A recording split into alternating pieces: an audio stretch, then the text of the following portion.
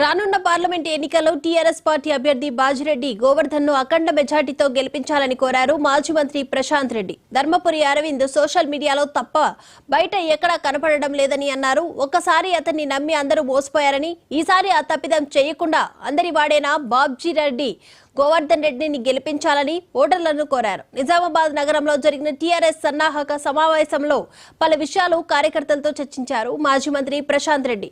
దీనికి సంబంధించి మరింత సమాచారం నిజామాబాద్ నుంచి మా ప్రతినిధి రాజు అందిస్తారు.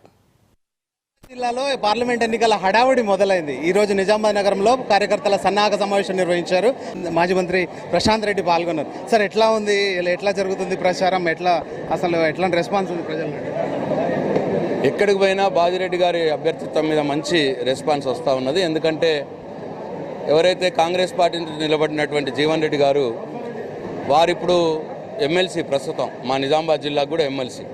నిజామాబాద్ జిల్లాకు ఎమ్మెల్సీగా ఉండి ఏ ఊరిలోకి రాకుండా, ఎక్కడ కూడా ఎవరిని పలకరించకుండా, ఏ అభివృద్ధి పని చేయకుండా ఎమ్మెల్సీగా ఉన్న వ్యక్తిని మరి మేము ఎందుకు ఓటేయాలి అని చెప్పి ఒక మాట వస్తూ ఉన్నది. బాజిరెడ్డి గారు అయితే మాతో కలిసే ఉంటాడు, నిజామాబాద్లోనే ఉంటాడు, మా మనిషి కదా, మా ఇంటి మనిషి కదా అన్న మాట వస్తూ ఉన్నది.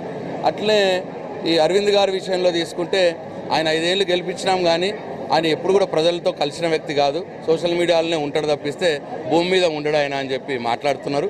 అట్లనే పార్లమెంట్లో ఆయనను గెలిపిస్తే 5 సంవత్సరాల్లో ఒకసారి కూడా నిజామాబాద్ ప్రజల కోసం మాట్లాడిన సందర్భం ఏమి లేదు అని చెప్పి కూడా ప్రజలు అంటున్నారు. కాబట్టి మన మధ్యలో ఉంటూ, మన కష్టసుఖాలు తెలుసుకుంటూ, మన సమస్యల పట్ల అవగాహన ఉన్నటువంటి బాజిరెడ్డి గారిని, బీఆర్ఎస్ పార్టీని గెలిపించాలని ప్రజలు చాలా క్లియర్గా ఉన్నారు. మీ ప్రాంతాల్లో ప్రధానంగా పసుపు సంబంధించి బోర్డు అది మాటల వరకే ఉండిపోయింది, దాని ఎఫెక్ట్ ఏమైనా ఉండొచ్చు? అదే అంటున్నారు కదా, 5 సంవత్సరాల క్రితం ఒకటే ఒక హామీ పసుపు బోర్డు తెస్తా అన్నాడు ఆయన.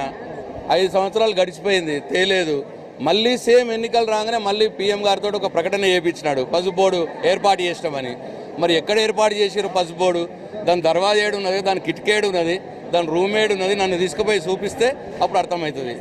అట్లా అన్ని మోసాలే. ఈసారి ఎన్నికల్లో ప్రధానంగా చెరుకుది ఎక్కువ ఇప్పుడు రన్ అవుతుంది సార్. ఓకే, నిజామాబాద్ జిల్లాలో ఇది పరిస్థితి. ఏదేమైనప్పటికీ బీఆర్ఎస్ శ్రేణులు మాత్రం గెలుపై ధీమా వ్యక్తం చేస్తున్న పరిస్థితి. కెమెరా పర్సన్ లక్ష్మణ్తో రాజు, మహా న్యూస్, నిజామాబాద్ నుండి.